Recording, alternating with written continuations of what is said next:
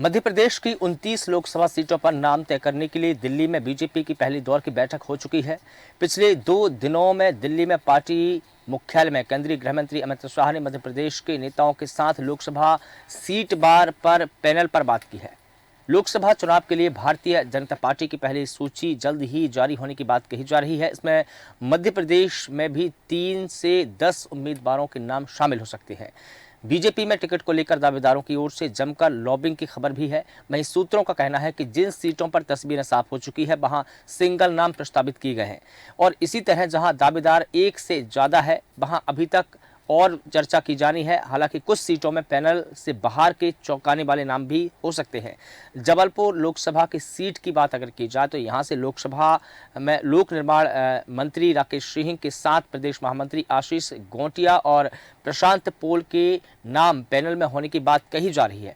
बता दें कि राकेश सिंह तो जबलपुर से 4 बार के सांसद भी रह चुके हैं और नवंबर 2023 में विधानसभा का चुनाव जीतने के बाद उन्होंने लोकसभा की सदस्यता छोड़ दी थी। वहीं जिन संभावित उम्मीदवारों की चर्चाएं की जा रही है उनमें शहडोल से हिमाद्री सिंह है, खरगोन से गजेंद्र सिंह पटेल है, मंदसौर से सुधीर गुप्ता है, बैतूल से दुर्गादास उइके है, इंदौर से शंकर लाल लालवानी है और झाबुआ रतलाम सीट से मौजूदा सांसद जीएस डामोर भी संभावित नामों में सबसे आगे चल रहे हैं। यहां बताते चलें कि बीजेपी ने 3 केंद्रीय मंत्रियों समेत 7 सांसदों को विधानसभा चुनाव में उतारा था। इनमें से सिर्फ मंडला से फग्गन सिंह कुलस्ते और सीधी से रीति पाठक को रिपीट किए जाने की संभावना है।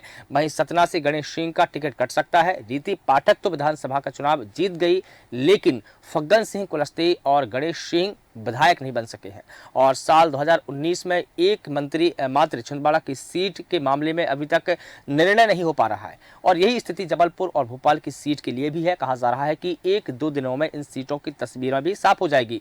भोपाल से पूर्व महापौर आलोक शर्मा का नाम सबसे आगे चल रहा है।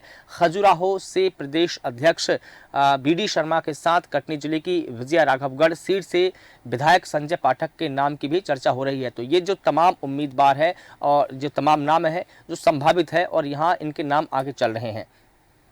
और इस पूरी खबर पर अधिक जानकारी के लिए हमारे साथ हमारे एडिटर इन चीफ जय श्रीवास्तव सर जुड़ गए हैं। सर, बहुत स्वागत करता हूं आपका। बीजेपी में एकमात्र सीट छिंदवाड़ा के मामले में अभी स्थिति स्पष्ट नहीं है और यहीं से हम इस चर्चा की शुरुआत करते हैं। क्या स्थिति बन सकती है सर? किस दिग्गज नेता को यहाँ पर बीजेपी उतार सकती है और जिनकी संभावित सूची में नाम चल रहे हैं, क्या हो सकता है यहाँ का सियासी गुणागणित?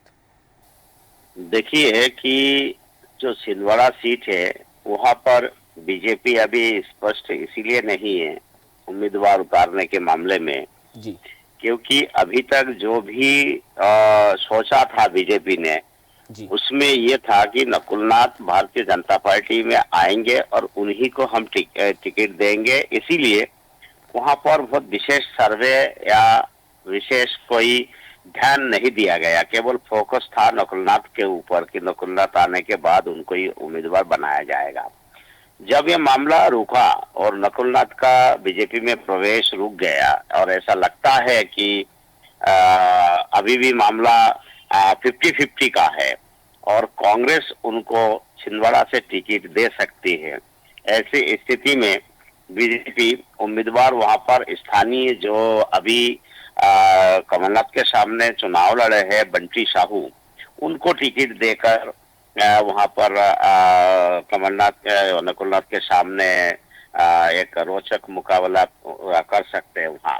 जी, पिछली बार जैसे चौंकाने वाले जो नाम थे कांग्रेस से 2019 में, जिसमें सबसे बड़ा नाम था ज्योतिरादित्य सिंधिया का, जी, जो वो हार गए थे उस समय और एक उन्हीं के शागिर्द है केपी यादव, उनसे हार गए थे। जी, ऐसी स्थिति इस बार छिंदवाड़ा में बन रही है क्योंकि नकुलनाथ भी यदि कांग्रेस से उम्मीदवार हो सकता है इस बार हार जाए।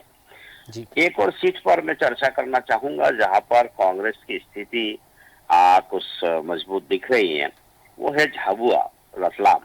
जी, झाबुआ रतलाम सीट से कांतिलाल भूरिया कांग्रेस के कद्दावर नेता है और वहां पर जो जीएस डामोर है वो एक बड़े अधिकारी रहे हैं और वर्तमान वहां पर सांसद है।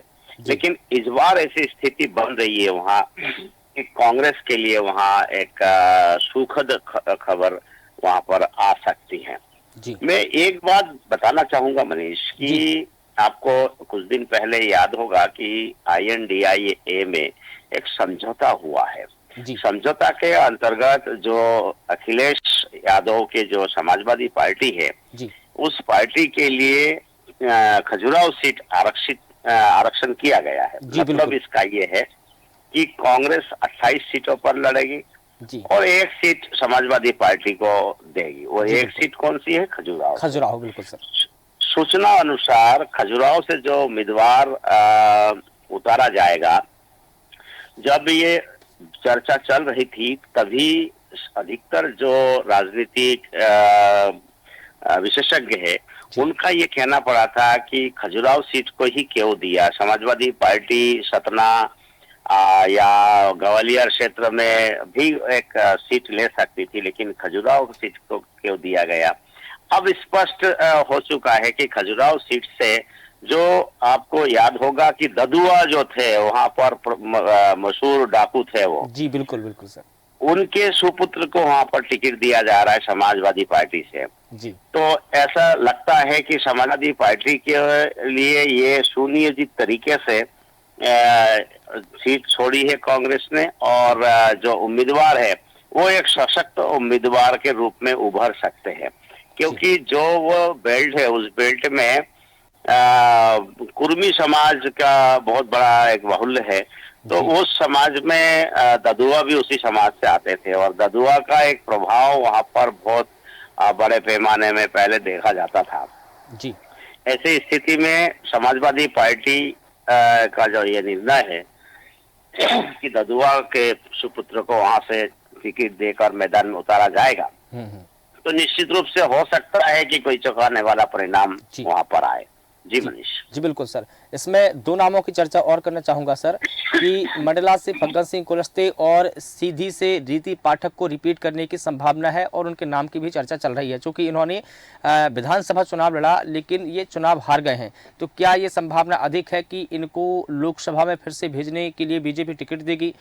और क्या ये भी हो सकता है सर कि जो बीजेपी के जो मध्य प्रदेश में मंत्री है, कैबिनेट मंत्री, उनमें से भी कई मंत्रियों को मैदान में उतारने की चर्चाएं हैं, तो किन मंत्रियों को मैदान में उतारा जा सकता है? जैसे कि हमने विधानसभा चुनाव में देखा कि कई सांसदों को विधानसभा चुनाव लड़वाया गया। देखिए, भारतीय जनता पार्टी सदैव एक लक्ष्य बनाकर चलती है जी और लक्ष्य जीत, उसी को उस आधार बना के ही टिकट दिया जाएगा। जी तो फग्गन सिंह कुलस्ते अभी विधानसभा हारने के बाद उनके स्थिति जरूर कमजोर है, लेकिन मंडला में उनसे भारी उम्मीदवार कोई दूसरा नहीं है। जी इस कारण से मंडला में वो उम्मीदवार बन सकते हैं, और जो कि वो केंद्रीय मंत्री रहते हुए उन्होंने भारतीय जनता पार्टी के आदेश के जी बिना मतलब तैयारी के वो विधानसभा लड़ने के लिए न केवल तैयार हुए बल्कि चुनाव लड़े। जी हार गए ये अलग बात है लेकिन लोकसभा में मंडला से सबसे पावरफुल उम्मीदवार, सबसे सशक्त उम्मीदवार फग्गन सिंह कुलस्ते। जी बिल्कुल सर। एक और नाम आपने जो लिया है रीति पाठक, जी वो हारी नहीं है, वो अभी विधानसभा में चुने गए हैं, जी वो जीत गई है, लेकिन उनको उम्मीदवार वहां पर बनाया जा सकता है, जी क्योंकि जितने बड़े जो नेता है, सांसद जो है, उनको चुनाव में उतारने के बाद, जीतने के बाद अधिकतर लोगों को कुछ ना कुछ दिया गया है। जी या तो मंत्रिमंडल में लिया गया या स्पीकर बनाया गया, लेकिन रीति पाठक के लिए जो है शायद इसी कारण से उनको रोका गया कि उनको वहां से लोकसभा में उतारा जाएगा। जी बिल्कुल। दोनों स्पष्ट है, दोनों सशक्त उम्मीदवार है। कांग्रेस के लिए ये चुनौती बन सकते हैं, और रीति पाठक के लिए ये कहा जाता था कि इस बार का जो चुनाव था वो सबसे टिपिकल था, टफ था। जी बावजूद इसके हो सकता है रीति पाठक वहां पर उम्मीदवार बन जाए। जी और जो एक नारा दिया जा रहा है क्लीन स्वीप, क्लीन स्वीप का मतलब है मध्य प्रदेश में जो 29 सीटें हैं और 29 ऑफ 29 प्राप्ति के जो लक्ष्य है वो मुझे लगता है कि भारतीय जनता पार्टी प्राप्त कर सकती है इस बार। जी बिल्कुल सर। इस बार चुनाव में जो माहौल है, माहौल में ये देखा जा रहा है कि कांग्रेस कहीं ज्यादा उम्मीदवारों को लेके या जीत को लेके जी अस्वस्थ नहीं है। जी बिल्कुल, यही कारण है कि बीजेपी के लिए रास्ता साफ है। साफ हो जाएगा। जी जी बिल्कुल सर, तमाम जानकारी के लिए आपका सर बहुत शुक्रिया। तो बता दें कि लोकसभा चुनाव को लेकर बीजेपी ने तैयारियां पूरी कर ली है और संभावित उम्मीदवारों की जिन नामों की चर्चा की जा रही है, हालांकि 1-2 दिन में जब सूची आएगी तो ये सारी तस्वीरें, सारी धुंध तस्वीर साफ हो जाएगी।